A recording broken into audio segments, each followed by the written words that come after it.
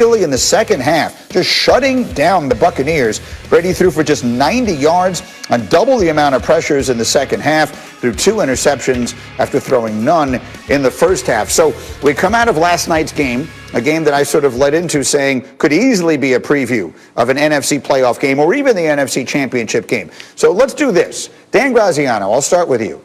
If I told you right now that one of the 2 teams we watched on Monday Night Football last night is going to wind up in the Super Bowl this year, which one would you bet it will be?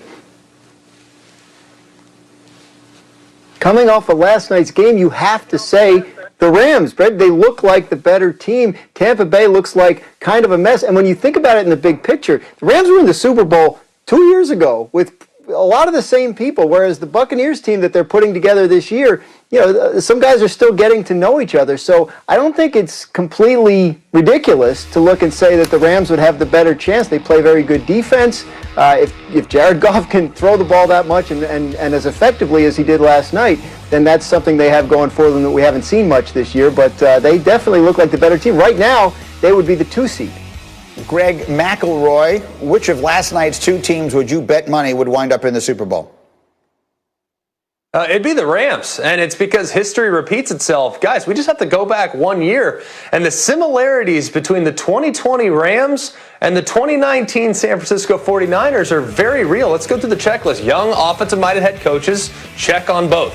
You have a very talented, however, somewhat of a liability at quarterback. Jimmy Garoppolo was that for San Francisco. Jared Goff at times has been that for the Rams. You have an unbelievably dominant and disruptive defensive line. We already know what the 49ers had last year with Bosa and company, and then you got Aaron Donald, maybe the best defensive player in the entire league, if not for Jalen Ramsey. Jalen Ramsey's very much in the mix. Physical, ball-hawking secondary that can really disrupt the rhythm of the passing game. We already know the result of what San Francisco did last year. They were just a miraculous comeback from Patrick Mahomes away from winning a Super Bowl. What will we see from the LA Rams? But things and I think the parallels between those two teams are somewhat there. I do worry though about Goff. I mean, I don't know how else to say that. He made a couple of really bad decisions last night. The Rams could have run away with this game if not for him making some terrible decisions in the pass game. And that defense, man, they were disruptive the entire night. So I really like what I've seen so far outside of the occasional bad decision from Jared Goff. Look at you making fancy full screens and everything to illustrate your argument. Jeff Saturday, I'm telling you right now, one of the teams we watched last night is winding up in the Super Bowl. Which one are you telling me it is? Yeah, the Los Angeles Rams. As much as it pains me because I've been a Bucs apologist for the entire football season, but what I saw last night was disheartening. And I'll say because when you look at their offensive line and the ability to protect and keep that pocket clean for Tom Brady, it just has not been there, Greeny. And so you're watching. We've talked about this has been the book on Tom Brady really his entire career, and it's every pocket passer. If you move him off his spot, but the concern for me is the deep ball, and that's what Bruce Arians wants to live on. Brady's not doing it well. As much as it pains me, I'm going Rams at this point. All right. Well, I've said it before and I'll say it again. Mine is that rare genius that will not be fully appreciated until long after my time. The correct answer here, of course, remains the Tampa Bay Buccaneers because they have Tom Brady, and someone needs to go into Bruce Arians' office, and I think that someone is Brady, needs to walk into his office and say, you know what? You're getting this all wrong. It's time to let me get it right. He's got to stop flinging the ball down the field. It is evident, and you guys have talked about it all morning long. He can't do it. That offense that he runs is not the offense they should be running. So, in my opinion, it remains Tampa Bay. They just need to start playing Tom Brady's brand of football rather than Bruce Arians' brand of football. Meanwhile, on to our next issue. Dan Graziano, Overreaction Tuesday. We got one for you today. The Eagles should bench Carson Wentz. The world is screaming it. Is that an overreaction or not?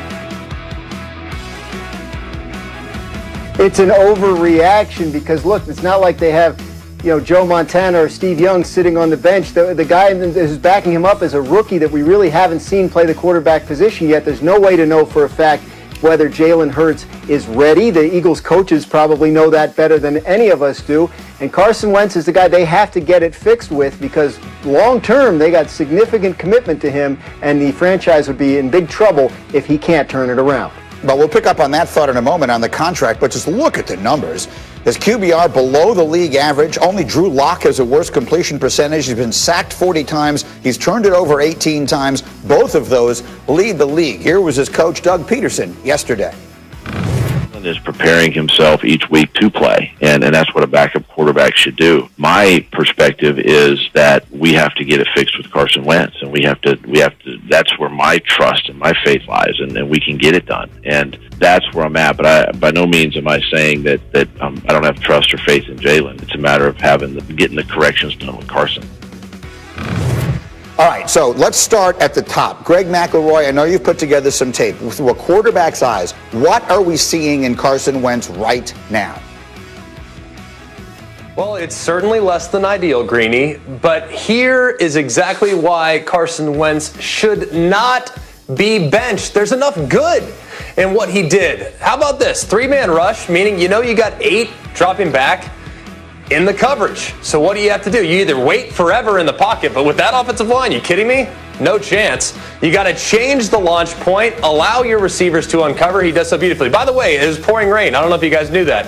How about this right here? Hard play action. He sees his tight end win immediately, gets rid of the ball really quickly and beautifully. Really accurate throw. This is a hard play action. A 7-man protection, Jeff Saturday. Tighten up front, please. He's got to get it out in less than 3 seconds before he gets his clock cleaned. How is that on him? By the way, it was raining. I don't know if you guys saw that. And then here, man-to-man coverage.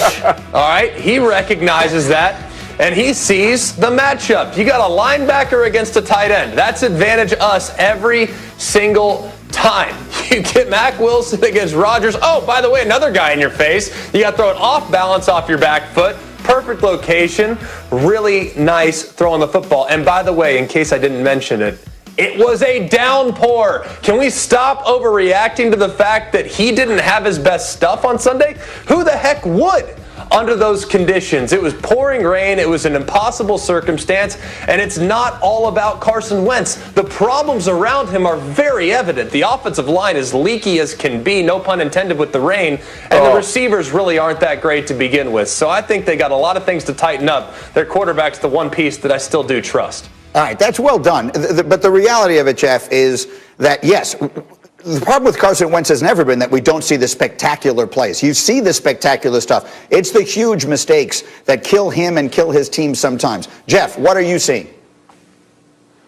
Yeah, he can't anticipate any throw. And listen, you can talk about all the quarterback factors you want. Anticipation's got to be top on your list, more than arm strength, more than athleticism, because if you can't anticipate throw, you can't throw guys open. And I love the tape that Greg just put together, but let me help you with offensive line. Their offensive line has not played well, but 32 of the 40 sacks that have come on Carson Wentz have been after 4 seconds, Greg. 4 seconds, brother. You can't block that much. That means you're not anticipating a throw, dude. I don't care if it's raining or not. Can I see that the guy's run out in the flat and I want to double pump and then throw it so the guy can take it and pick 6? That's got nothing to do with the offensive line. And listen, I'm not trying to say that there's other areas of the football team that need to be fixed, but Carson Wentz is a $100 million man. If he is part of your problem on the Eagles, that has to be the last problem. I mean, are you kidding me? Like, you've given him all the money. He can't be part of the problem, and he is. His anticipation, his hesitation is absolutely killing this offense. And again, you're holding the ball that long, it means you don't know where to go with it. So either he and Doug need to get together or they got to make a change. Something's got to give, because at this point, it's not getting better. You're literally watching a sinking ship because of all the rain, Greg. That's what you're watching. Okay, that's very well played. To sort of put a ribbon on the conversation, I mentioned, and Dan, I used the line from you, that to escape from this, if the Eagles wanted to, and we don't know that they do, would be like escaping from Alcatraz. Dan Graziano, tell everyone why. He's got $30 million coming this year. He's got a fully guaranteed $25.4 million coming next year. As of this coming March, 4 months from now, a $15 million roster bonus for 2022 becomes fully guaranteed. If they cut him this year, it's going to be a $60 million dead cap hit. If they cut him in the 2022 offseason, it's a $40 million dead cap hit. They are stuck with Carson Wentz. They have to get it fixed because, frankly, that is a lot of money to pay a guy to not play for you, and it's also a lot of money, Greg McElroy. Bye.